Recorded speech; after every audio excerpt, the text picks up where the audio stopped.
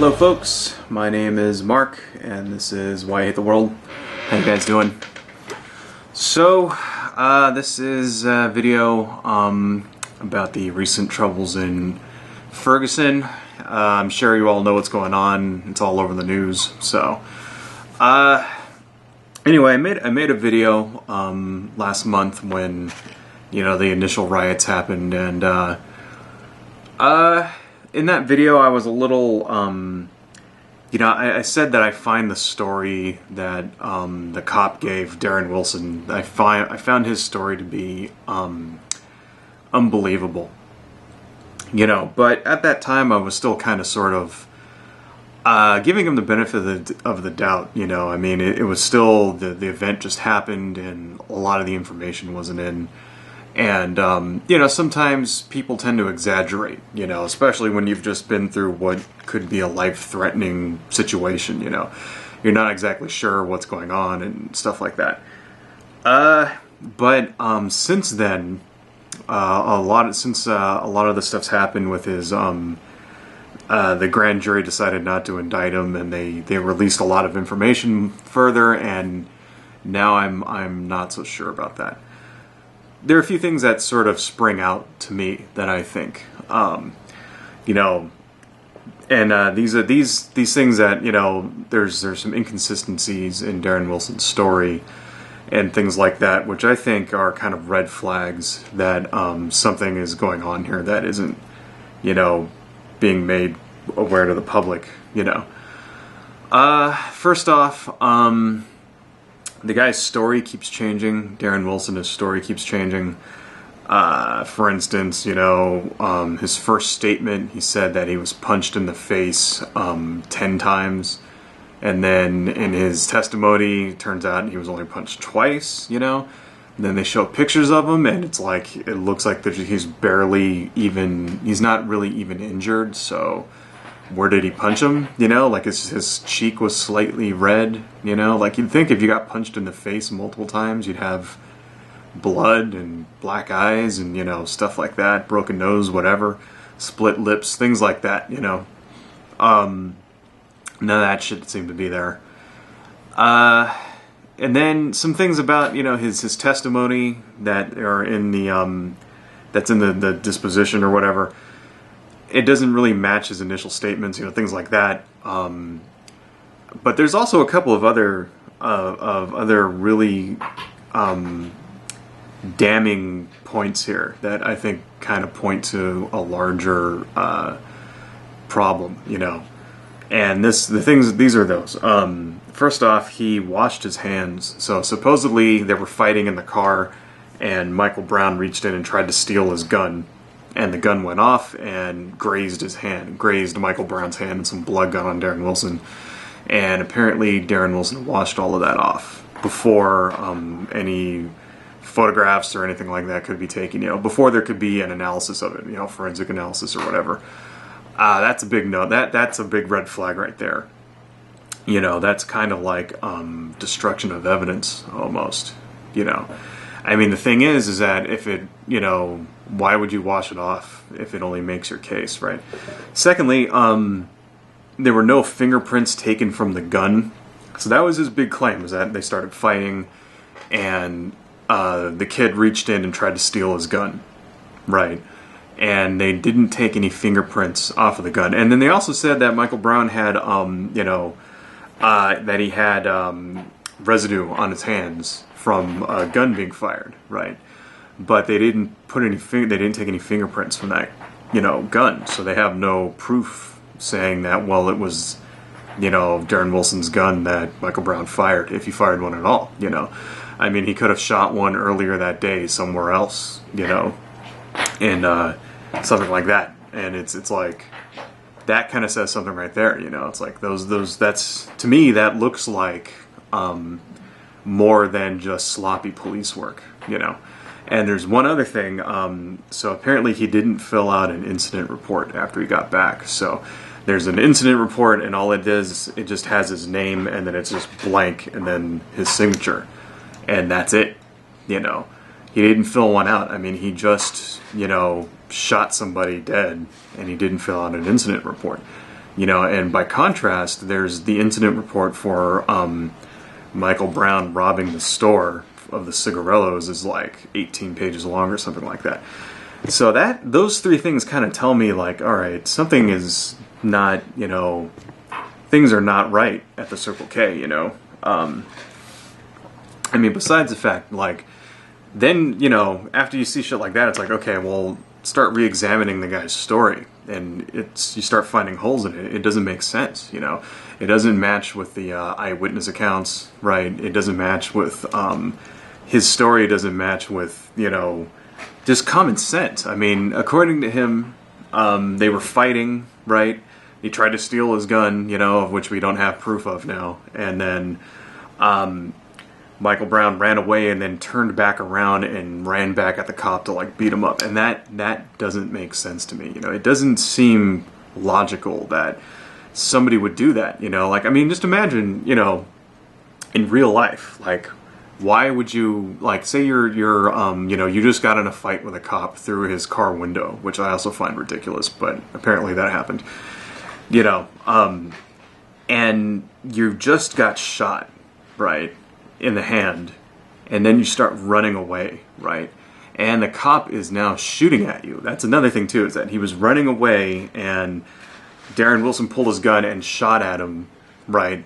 And then he turns around while he's being shot at and runs back. That doesn't make sense to me. You know, you would think everything would be telling you, as, you know, if you were in Michael Brown's shoes, everything would be telling you, if it was me at least, everything would be telling me to get the fuck out of there, you know, to escape. You know, this cop is going to fucking shoot me. I have to get away.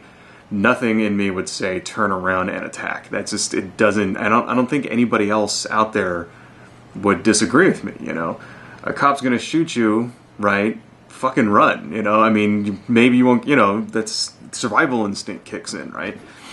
And it's not logical. It just doesn't make any sense, you know, that, and so he's saying that, you know, he ran at him and his head was down, and he was charging like a football player, right? Gonna tackle him and shit.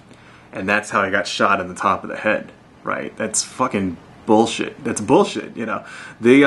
It just doesn't make sense. And the eyewitnesses say that he was doing this, that he was, you know, reaching around trying to, like, seeing if, you know, he was shot somewhere, checking his body, you know, because apparently he got, you know, he was injured, and then that's when he started falling forward, and then he got shot in the head, right? That sounds more logical to me, right? And it seems like, you know, like this guy, you know what it seems like to me? It seems like a more likely story is that Darren Wilson pulls these two kids over for walking in the middle of the street, right? And then some shit happens, okay, that we don't know, right? And they get in a fight, and then fucking the kid starts running, right? Because then they start wrestling in the car, and Michael Brown gets grazed in his hand, and then he starts running away, right? And Darren Wilson flipped out, pulled out his gun, and shot at him. And then the kid stopped, turned around, right, and was doing this, going, holy shit, I got shot, and fell over dead. And as he was falling, the cop was still shooting. That's what this sequence of events and the evidence says what fucking happened. Okay. So, I mean, the thing is, I'm not a lawyer, you know, and to be honest, I don't even have all of the evidence. You know, I only have what they made public. So it's, you know, I mean, I could very well be wrong, but that's what it looks like to me. You know, that those inconsistencies, right, and the fact that the story isn't plausible leads me to believe that you know, this is just kind of like the cops are taking this guy's side, you know, the whole thin blue line and all that shit. And so all of a sudden I don't feel too bad about Ferguson anymore, you know, because at first I was kind of like, my other video actually said this, you know, it doesn't help people when they go out and it doesn't help your cause when you go out and riot and destroy your own community and stuff like that, you know. You're not helping anybody. But at the same time now it's like, okay, well now I understand, you know, these people are pissed off, right? I understand their point of view now, and it's like, well, you know, maybe if there was, you know, if their police department was a little more forthcoming and, to fucking address their grievances and actually punish police officers when they do shit like this, then maybe people wouldn't fucking riot. That's something else you gotta think about. I mean, am I saying it's right? No, it's not right. They shouldn't have rioted. They shouldn't have burned down stores and looted Toys R Us and shit like that. But, you can't fucking blame people when they're you can't blame people when they're pushed to a wall, And the thing is that the police expected this to happen, so they totally expected this to happen. They knew that there was going to be unrest. That's why they prepared everybody. That's why they gave them notice that we're going to give out this fucking, we're going to do this. We're giving you a 24-hour notice and stuff like that we're going to make this announcement, and that's why they did it at night near a holiday weekend, okay, because it was going to be, because they were like, all right, if we do it before Thanksgiving and shit like that, then people are going to be like in their homes and stuff. So it's really like, I don't know. I mean, I think another investigation needs to happen, and see, the thing is, all of this shit would have been avoided if they just would have gone to trial. The same way that if you think about, in Trayvon Martin, that case, they gave Zimmerman a trial and he was found not guilty. Was there a riot after that? No. Okay. The people didn't riot when George Zimmerman was found not guilty, all right? The same shit would have happened here, probably, if the cop got a trial and then had the chance to fucking, the people had a chance to see the evidence for themselves and see what happened, and if he really wasn't guilty, then people generally will accept that, In this case, there wasn't even a chance for justice to be done, In the other case, there was actually, at least there was a chance, at least they could see what happened, and most people walked away from the Trayvon Martin case going, okay, there's insufficient evidence, Shit would have happened, it's bad, he probably did this, but there's insufficient evidence to arrest him. Well, that's all they had to do in this case, and that's why I think it didn't go to trial, because I think there is sufficient evidence. Okay. I think there is. I mean, at least if there isn't, at least they're making it look like there's something bad going on. It looks like they're covering something up. The fact that evidence is being destroyed and they're not filling out the right paperwork, and they just got Darren Wilson. Darren Wilson just resigned. Because now he's gonna turn it into a fucking book deal and shit. He just got $500,000 to do an interview, and and now he's going to become, like, Darren Wilson has become a poster child for the far right. That's what he's going to be. Watch, he's going to become a fucking NRA spokesman or something.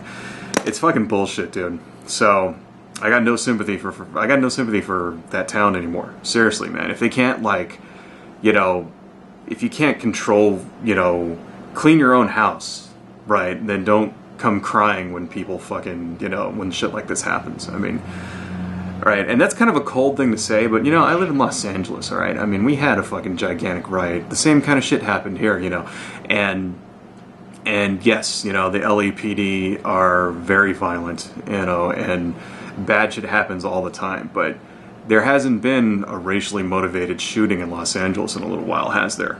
No, they haven't, because they fucking learned their lesson, okay? Maybe the same thing will happen here, Maybe they'll start putting in policies saying, like, hey, don't just blow people away for no fucking reason anymore. That's what they did in Los Angeles, right? And you notice in LA, whenever even the hint of, a racially motivated arrest or a shooting happens, they clamp down on that shit hard, and they say, no, because, we have this, and this, and they're on top of it in an instant, okay? Because they don't want a repeat of the fucking, Rodney King riots. Right, well, maybe going forward, Ferguson will do the same fucking thing. And it's really sad and disgusting to have to, even say that, But what are you gonna do, man? This is real life, and I don't know. Anyway, adios, folks.